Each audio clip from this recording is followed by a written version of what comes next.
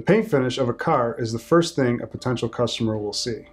We understand that his job is to protect what's underneath and increase the overall look and overall quality. Some defects or inconsistencies like blisters and fish eyes are obvious, but some could be more subtle like variation in the orange peel texture or color mismatch.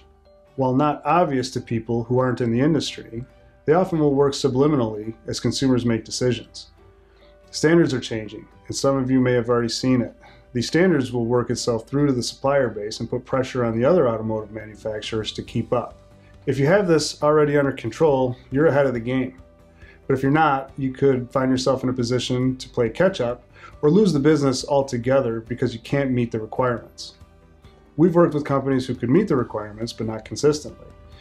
There were a number of things that had to fall in place to meet these requirements, but ultimately adding the equipment to control the temperature and viscosity of their paint was how they could achieve consistent results.